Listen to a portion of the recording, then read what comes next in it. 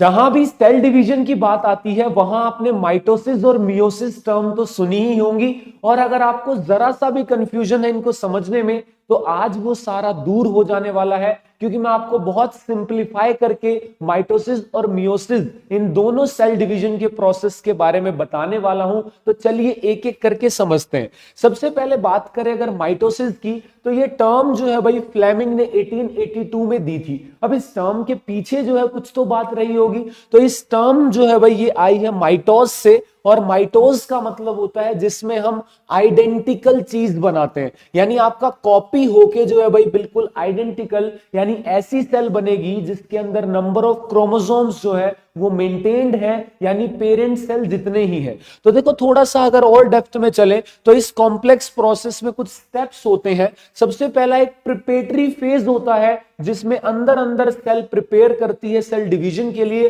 और कुछ भी चेंजेस दिखाई नहीं देते। ठीक है, जैसे आप जब प्रिपरेशन करने का पहले एक प्लान बनाते हो लेकिन आपके शेड्यूल में कोई चेंज नहीं दिखता, अंदर अंदर एक थिंकिंग थॉट प्रोसेस चल रहा होता है, उसे कहते हैं इंटरफेज। फिर प्रोफेज जो है भाई धीरे धीरे आपका प्रोसेस जो है वो स्टार्ट होने लगता है। तो इंटरफेज के बाद फिर प्रोफेज, फिर मेटाफेज, फिर एनाफेज, फिर टेलोफेज, फिर डॉटर सेल जो है भाई वो दो में डिवाइड हो जाती हैं। तो इसमें आपको एक तो इस सीक्वेंस को याद रखना है कि इंटरफेज के बाद प्रोफेज आएगा, फिर मेटाफेज आएगा, फिर एनाफेज, फिर टेलोफेज, फिर डॉटर सेल्स बनेंगी। अब उसके अलावा आपको इसमें पता होना चाहिए कि आपका जो एनाफेज है यहां पे जो है भाई आपके क्रोमोसोम्स डिवाइड होके जो है भाई क्या होते हैं, क्रोमोसोम्स जो है वो आपके डबल हो जाते हैं। एनाफेज में क्रोमोसोम्स जो है आपके वो डबल हो जाते हैं और आपके सेपरेट हो जाते हैं। उसके बाद टेलोफेज में आपका जो है भाई कैरियोकाइनेसिस नाम का प्रोसेस होता है।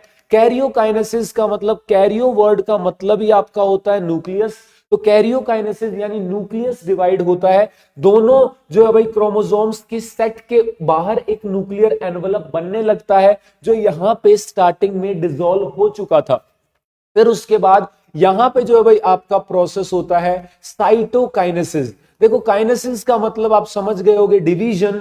साइटोकाइनेसिस यानी साइटोप्लाज्म डिवाइड हो जाता है, ये दोनों न्यूक्लियस अपनी एक अलग अलग सेल फॉर्म कर लेते हैं और फाइनली आपकी एक से दो डॉटर सेल बन जाती हैं। यानी अगर इसके अंदर आपके 2n क्रोमोसोम्स थे तो यहां भी आपके 2n क्रोमोसोम्स होंगे, और ऐसी सेल्स को हम बोलते हैं डायप्लॉइड सेल।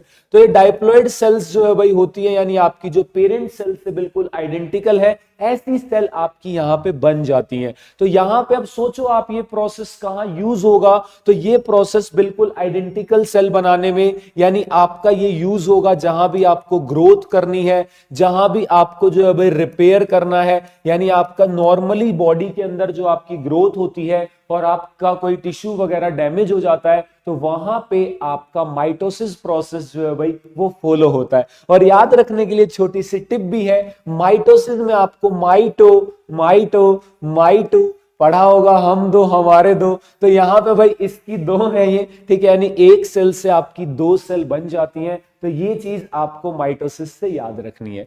सिमिलरली अगर हम बात करें मियोसिस की, तो मियोसिस टर्म जो है भाई ये फार्मर एंड मूरे ने 1905 में दी थी, और मियोसिस में मियोन वर्ड जो है भाई आपका आता है, और इसका मतलब जो है भाई आपका होता है कि हाफ हो जाना, रिडक्शन हो जाना, यानी कुछ ना कुछ कटौती हो जाना।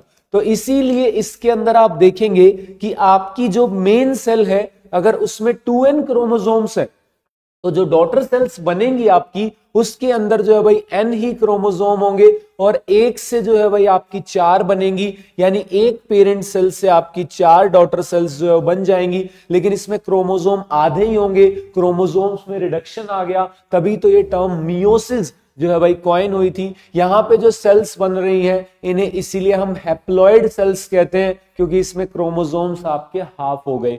अब इसमें जो है भाई क्या होता है, इसमें दो स्टेजेस होती हैं, one is stage 1 and other is stage 2। तो इसमें जो है भाई जैसे माइटोसिस में आपका एक प्रोसेस हुआ था, कुछ फेजेस हुए थे, ऐसे ही इसके अंदर वही फेजेस सिमिलर से दो बार होते हैं।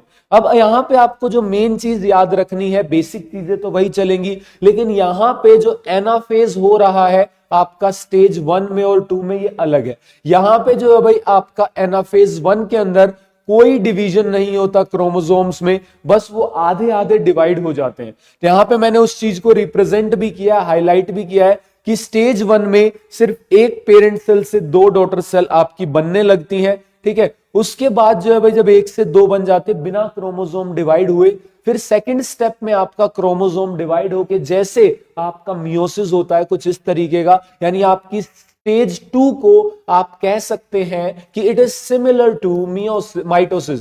तो ये माइटोसिस से सिमिलर है, लेकिन ये वाली अलग है क्योंकि इसमें क्रोमोसोम डिवाइड नहीं हुए, इसमें जो है भाई प्रॉपर माइटोसिस जैसा सा ही फिनोमेना हुआ है। तो इस वजह से फाइनली जो है भाई आपकी आधी क्रोमोसोम वाली सेल्स बन चुकी हैं।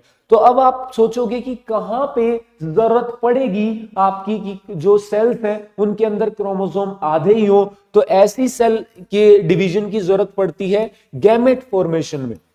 तो आपके जो गैमेट्स फॉर्म करते हैं भाई, तो गैमेट्स फॉर्मेशन के अंदर इसकी जरूरत पड़ती है, यानी आपके जो गैमेट्स बनते हैं जैसे ह्यूमन बीइंग्स में स्पर्म सेल और एग सेल, यानी आपकी जो रिप्रोडक्टिव सेल्स बनती हैं वहां पे इस टाइप के डिवीजन की जरूरत पड़ती है, क्योंकि वहां पे जो है भाई आपका इंफॉर्मेशन दोनों पेरेंट्स से आती है, यानी सेक्सुअल रिप्रोडक्शन के अंदर दोनों पेरेंट्स से आधी आधी इंफॉर्मेशन आती है, जिससे मिलके जो है भाई आपका एक न्यू इंडिविजुअल बनता है। तो आई होप आपको अब माइटोसिस और मियोसिस में आगे कंफ्यूजन नहीं रहेगा। See you all in other some videos, bye bye.